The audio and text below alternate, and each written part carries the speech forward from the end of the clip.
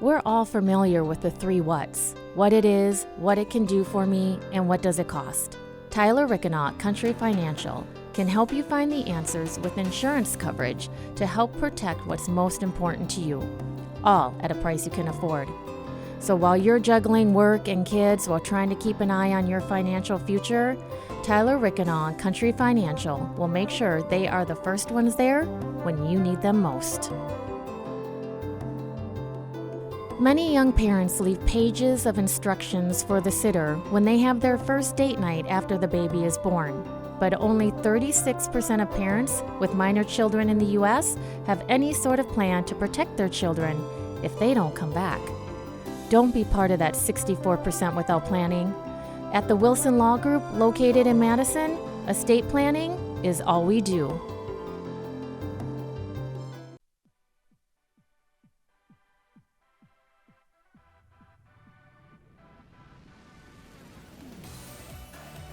Fostering deeper relationships, influencing behavior change, developing resilience. You're about to start winning. Here is your host, Christine Bright. Welcome to Parenting Game. I am so glad you are here. We are going to be discussing estate planning. And estate planning isn't just for seniors. Young families need to estate plan as well. Geri U'ren is going to be sharing her story of when she unexpectedly lost her son and estate planning was not in place. I also have Noelle Augelli from the Wilson Law Group, who's going to be sharing practical steps on how you can go about protecting your family and starting that estate planning. Ladies, I am so glad you are here. Thank you so much for coming in. Geri, I appreciate your willingness to be able to share your story today. And Noelle, I know you're going to be giving our parents some great information. So Geri, let's start with you. Please share with us, it was 2017 Correct. When you unexpectedly lost your son and daughter-in-law, and they didn't have estate planning in place. Right. And not only were you mourning the loss of your son and your daughter-in-law, but then you were thrown in this mix of how do you care for your grandchildren. So share with us the names of your grandbabies. Well, they had twins, Grayson and Caden, and they are now going to be turning 6. They were 15 months old when their mom and dad were killed in the car wreck. And their mom and dad had everything under control and everything at their fingertips that they needed to know, but they didn't share it with everybody. And we didn't know where to find anything, and we were at a loss. And so that's where all our troubles started. So some of the information that you were needing, can you share with us, what some of those pieces of information that you needed?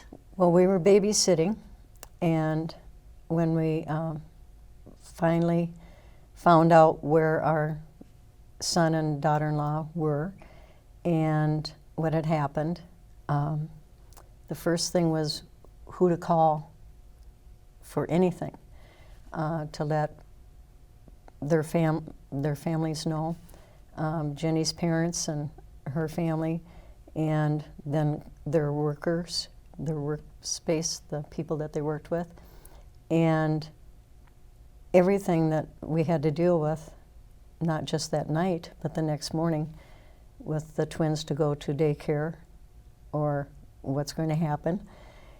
I mean, nothing was on the refrigerator.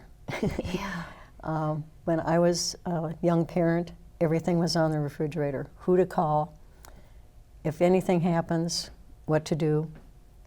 When we had a babysitter, I had numbers there that they could call when we were gone. And Kirk and Jenny didn't have any of that. They had everything on their phones. And I know all young couples rely on those phones. And no matter when I would say anything to either of them about information or phone numbers or addresses, oh, I've got it all. I've got it all. Yeah. I don't need anything. And when they would leave the house, they would make sure that they were going to call us. And they always did, to let us know if they were done, they were going to a basketball game. They would have let us know during the game, during while the game was on, and then after the game, and if they were going out to eat. All those things would have been, they would have called us. And we didn't notice any of that, of course, at the beginning because we were watching the game with the boys at home. Yeah. And then we never did get any phone calls, but they never made it to the game, and we didn't know that. So then that was the start of everything. And then after we found out what happened, the police couldn't find us because they didn't even know we existed. Oh. They came upon this accident, and they didn't have any identification except Kirk's driver's license, and their phones were locked, and so all the information is on their phone, but they couldn't get into their phones. So you can't always have a locked phone when something happens. When they did find out Kirk's name, they called, we used to live in Mineral Point, and they called the chief of police of Mineral Point to find us. And they said, well, they had moved to Cambridge to be near the families. And of course, we had just moved 2 months before. So they called the Cambridge Police Department, and they didn't know anything about us. So all they could do was go to Kirk and Jenny's home and sit and wait until we would call for help. Oh my goodness. And so that's how it all started. We were in denial, and that's one of the first things that I know happens. He had a phone set up because he was afraid I wouldn't get my cell phone, which was in the car. And I told him, don't worry about it. I'll get my phone out of the car. Well, I'll set up my work phone, and all you have to do is this. I said, don't worry about it. Just call us and let us know what's going on. And I did. I got my cell phone, and I had it sitting there too, because I wasn't going to touch that thing that he set up for me. And so I didn't call anyone for a long time, because we thought, okay, they're going out for dinner. They're late. The game was 5 o'clock. That made it 7 o'clock, 8 o'clock. 9, 10 o'clock would be very reasonable. But the thing that bothered us was he never called, and they always did. Did the boys eat well? Did they go to sleep well? So those were missing. And I just pushed it aside because I thought, well, it was too noisy at the game to call. They're eating, they're having fun, they're not paying attention. We wouldn't be able to hear them anyway with the noise. And I just kept, not thinking about it. So after the boys were sound asleep for quite a while, and after it got really quiet, I started thinking, well, did they not make it to the game? What happened? And we just were talking to each other. Well, we kept calling their phones, but of course nothing was answering on the phones. And I thought maybe my phone wasn't working, and my husband tried his, and nothing. And we tried both their numbers, and nothing. And so then I thought, okay, Jenny's brother was going to be there on the opposite side of the Kohl Center, and he would surely know, were they going to meet afterwards or what. But of course I didn't have any phone number. I did have Jenny's mom and dad's number, so I finally called them, and when I talked to Jenny's dad, he said, well, they didn't go to the game. And I said, no, I know they went because we were babysitting the boys.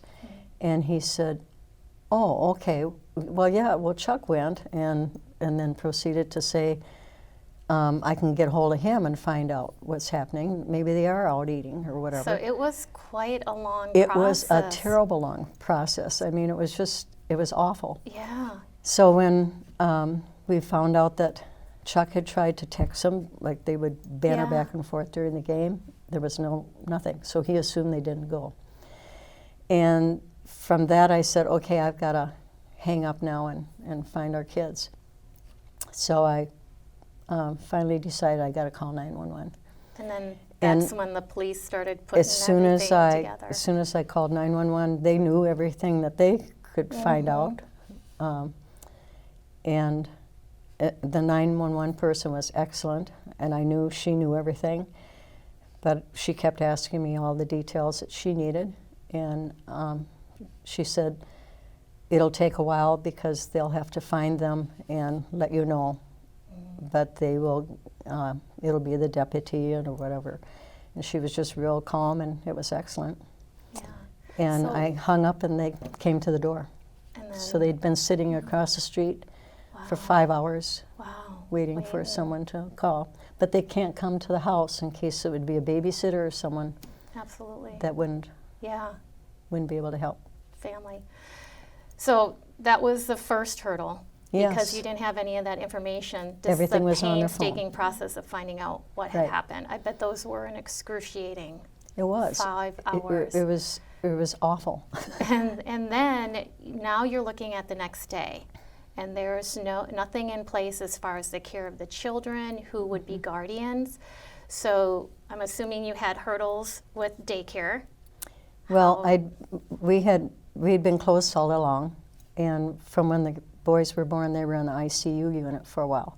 So we had been back and forth, and we'd worked with doctors, and we'd worked with everybody, and the daycares and all that. So that day before they left to go to the game, Jenny and I had made Valentine treats to take to the daycare for Valentine's Day. And so I knew all of that about the daycare, and I'd picked them up there before, and all that was in place. So all I could do was call the daycare in the morning at 6 o'clock when they would take them, and tell them that I was coming with them and what had happened, and that they were going to have to be the only stable, routine thing that the boys were used to. But if you hadn't been close, any other parent without any guardianship in place would have had some hurdles. And legally, that daycare center too needs to know who the legal guardian is. Right. And then you had issues with health care. Right.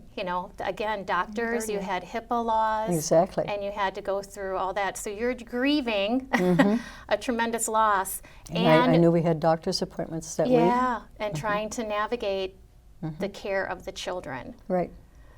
Man, thank you so much for sharing. I know that's not easy.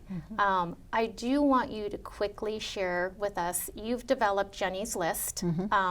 We have your email address.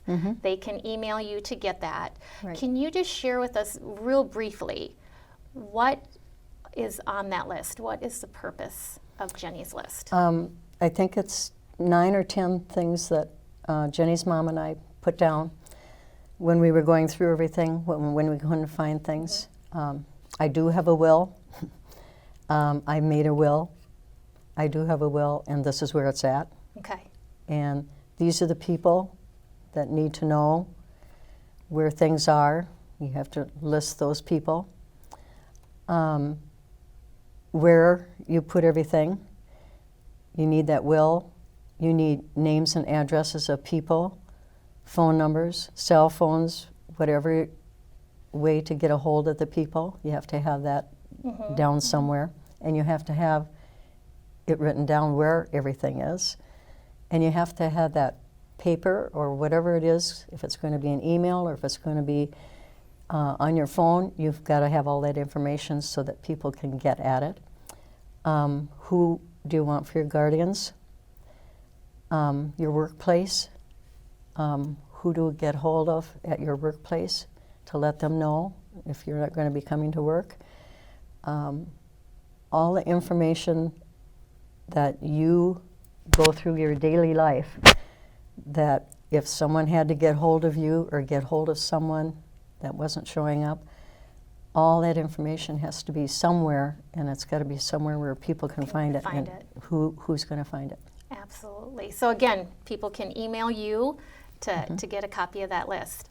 Okay, Noelle, now we're going to be digging in to what do you do, where do you start, how soon? I guess that's the most important question. Absolutely. How old should you be when you start estate planning? 18. 18. 18. So this isn't a senior citizen type issue. This is a adult issue. Exactly, and it's not necessarily just the death and taxes type scenarios that you can, I do a program for 18-year-olds, for example, where we talk about custom powers of attorney so that your parents can still call the doctor, help you make appointments, those sorts of things. So it's really for everybody, not just the gloom and doom end of life type scenarios just as practical. well. So what are some, scenarios? Again, we heard this tragic story of loss, but there's other scenarios where you may need somebody to have those powers of attorney. So can you share with us some of those scenarios where you would want to have power of attorney and stuff in place? Absolutely. And what would that look like? Yeah, so one of the many tools in estate planning is the powers of attorney for healthcare and for finance. And I do recommend that for everybody, at least over the age of 18. But you can create custom forms where you essentially designate who can manage your healthcare decisions or who can help with your financial decisions when you can't. You're still living, but you can't make those decisions yourself. And those are vitally important, especially if you have kids at home. So a joke I used to make that didn't age well is what happens if you travel abroad and get quarantined for an extended period of time. And now that's the reality, right? Exactly, where it's more serious now. So who's going to make sure that the lights are still on at home? Who's going to be the temporary legal guardian to watch over the kids until you get back? Because as we talked about before, you need to have a doctor, or at the doctor's office, you need to know who's the guardian. And if the guardian's stuck somewhere overseas, well, it could complicate things a little bit. If there's not another one stated. And sometimes and of course with the permanent guardianship, that's vitally important, but the temporary guardian might be a different person. So maybe if my child, I want my child to live with my sibling who lives in California, for if I don't come back, but if I'm gone for a few months, well, I don't want to disrupt the school year. So maybe it's my neighbor or something like that. So setting up emergency plans for all sorts of unforeseen circumstances really can make a big difference. Okay, so can be overwhelming, when somebody starts thinking about where do I start. So you offer, talk about a lot of different tools that parents can use. Let's start. Where should they start? What's the first tool? What's the first thing that they should get into place as they think about this estate planning? Well, I really think that the first thing that should happen is everyone, especially if you have children, should sit down and have a meeting with an estate planning attorney, someone who that's what they focus on. And at Wilson Law Group, that's all we do, is estate planning and a little bit of small business, but as it pertains to estate planning. Because there's different tools that do different things. And every plan should be comprehensive so that each of those tools talk to each other. Okay. But obviously the most important one is the will, because only in a will can you appoint a permanent guardian. Okay. For if you don't come home from that trip. So other documents you can have guidance and temporary guardians, but only in the will, and that's because it's a court document, legally speaking. So going through the legal guardianship process, the judge wants to make sure that the guardian you appoint didn't also go down in the same ship or isn't serving overseas currently or something like that, that they're fit to be able to serve. Okay. So I think it's really important in that will you have who is your first preference and maybe who is your second or third preference to appoint guardianship. Okay. And then what else is important to have in your will? Are the powers of attorney, is that separate or is that something else that's included in the will? It's a separate document but should be included in the same plan. Okay. So tell us a little bit about that, the financial and the health power of attorneys. Absolutely. So healthcare power of attorney, that's you're appointing who can help you make decisions for your healthcare if you're not able to yourself. And of course, there's state forms that are available at the hospital or online for free, but they're limited on what you can and cannot do. Okay. With custom forms, you can make it very flexible. So for example, right now, I share decision-making power with my husband. So he could help step in and make a decision so I don't have to go through a legal process called incapacity determination to get that help right away. And then we've got in the and the powers of attorney for finance, who can pay the bills if I currently can't pay the bills. And once again, with custom forms, you can share that ability without having your power removed and given to someone else. And kind of in combination with those two documents, you can have who's the temporary guardian and the rules for appointing that person to take care of your children while you're away. And then with the will, that appoints who takes care of your children if you aren't coming home.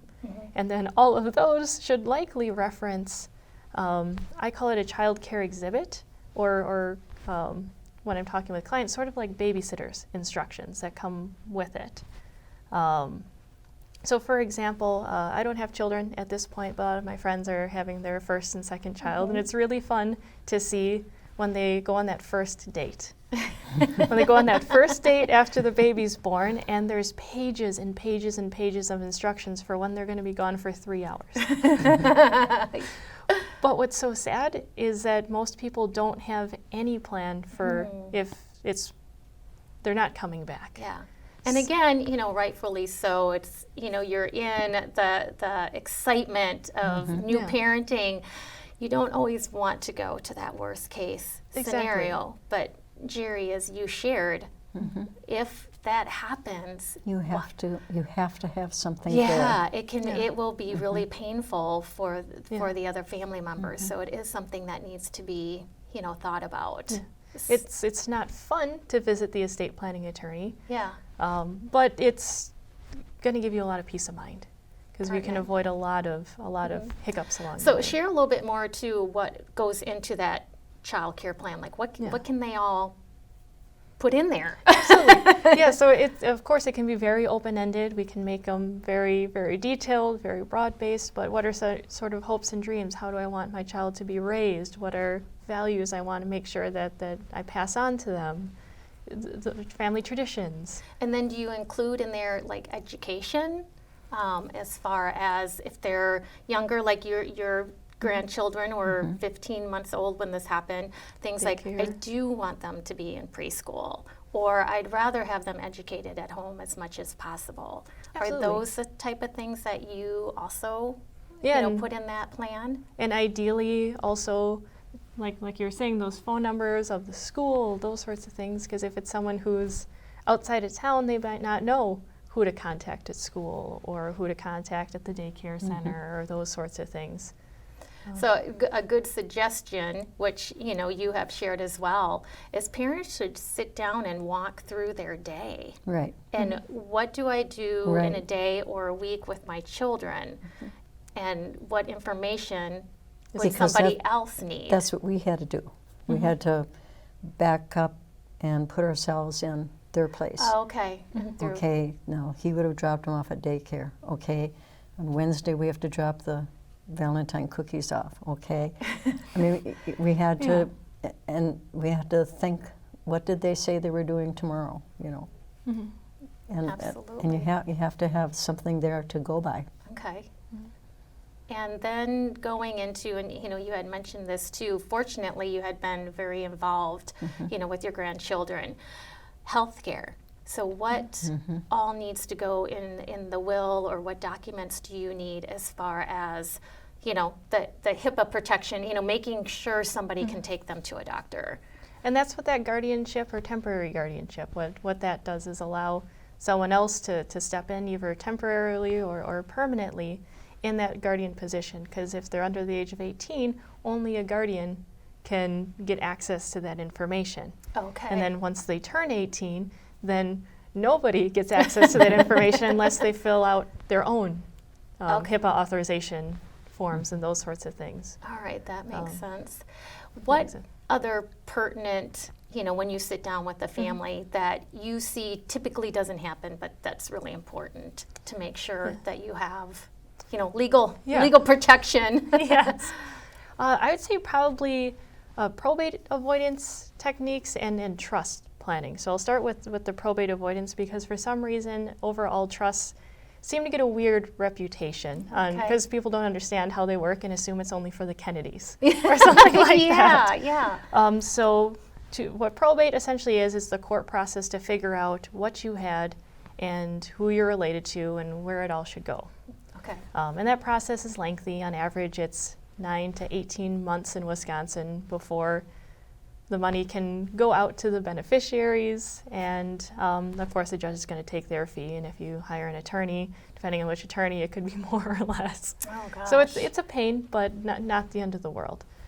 To avoid that process, there's several different techniques, and the most common I see with young families is beneficiary designation.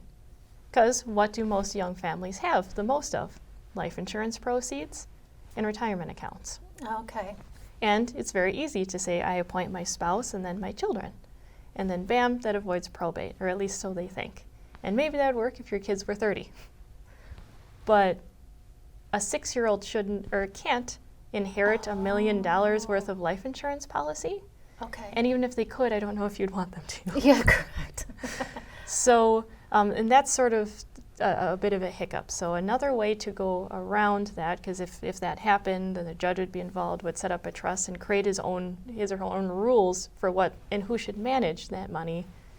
And it might not be who you want, it might be a bank, which you also have to pay. Okay. And then at 18, the money's gone, no strings attached, no protections or guidance. Oh, wow. Okay. So what a trust is it's just another tool that you can use in estate planning that works a little bit differently than some of the other documents.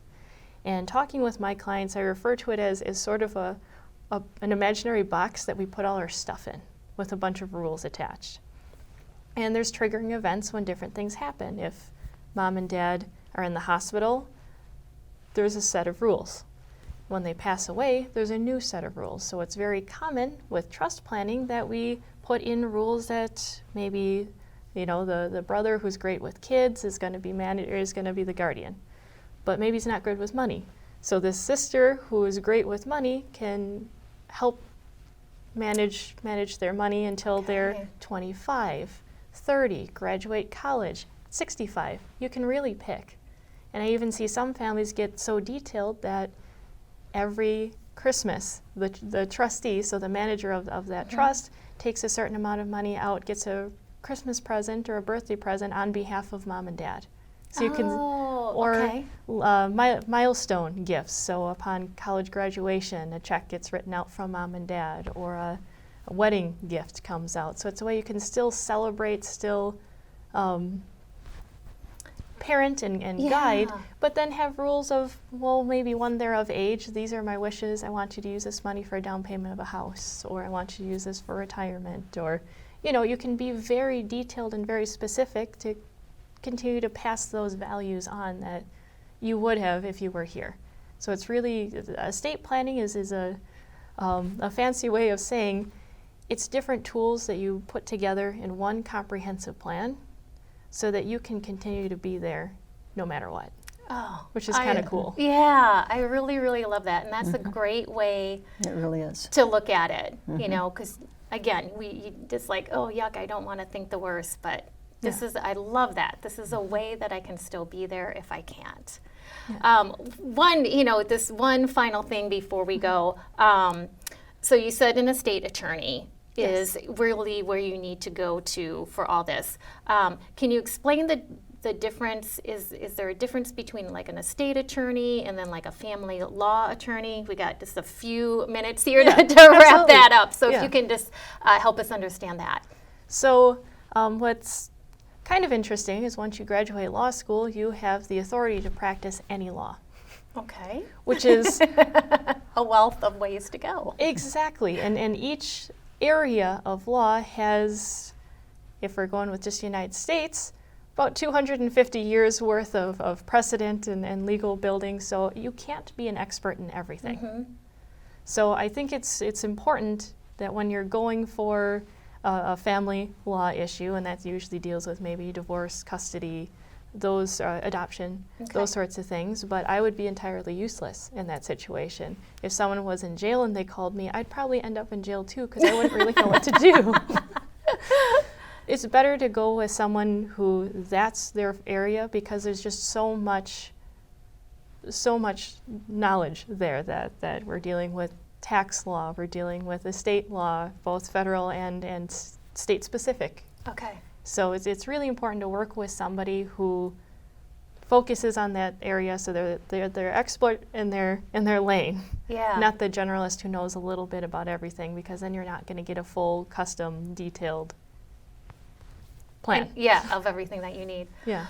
Ladies, thank you so much. I mean, this is really important information for young families, because really again, is. we typically are thinking estate planning is for seniors. I think it's important for parents to know that as of 18, with my son, I'm still pressing him to get some things in, things in place, because he's not married, and who's going to make those decisions if something happens. So I appreciate it very, very much. And again, I thank you so much for tuning in. And as always, remember, time invested in a child is never wasted. We're all familiar with the 3 whats: what it is, what it can do for me, and what does it cost. Tyler Rickenaugh, Country Financial, can help you find the answers with insurance coverage to help protect what's most important to you, all at a price you can afford. So while you're juggling work and kids while trying to keep an eye on your financial future, Tyler Rickenaugh, Country Financial, will make sure they are the first ones there when you need them most. Many young parents leave pages of instructions for the sitter when they have their first date night after the baby is born. But only 36% of parents with minor children in the U.S. have any sort of plan to protect their children if they don't come back. Don't be part of that 64% without planning. At the Wilson Law Group, located in Madison, estate planning is all we do. Thank you for watching The Parenting Game. All episodes of The Parenting Game are available on demand at sunprairiemediacenter.com.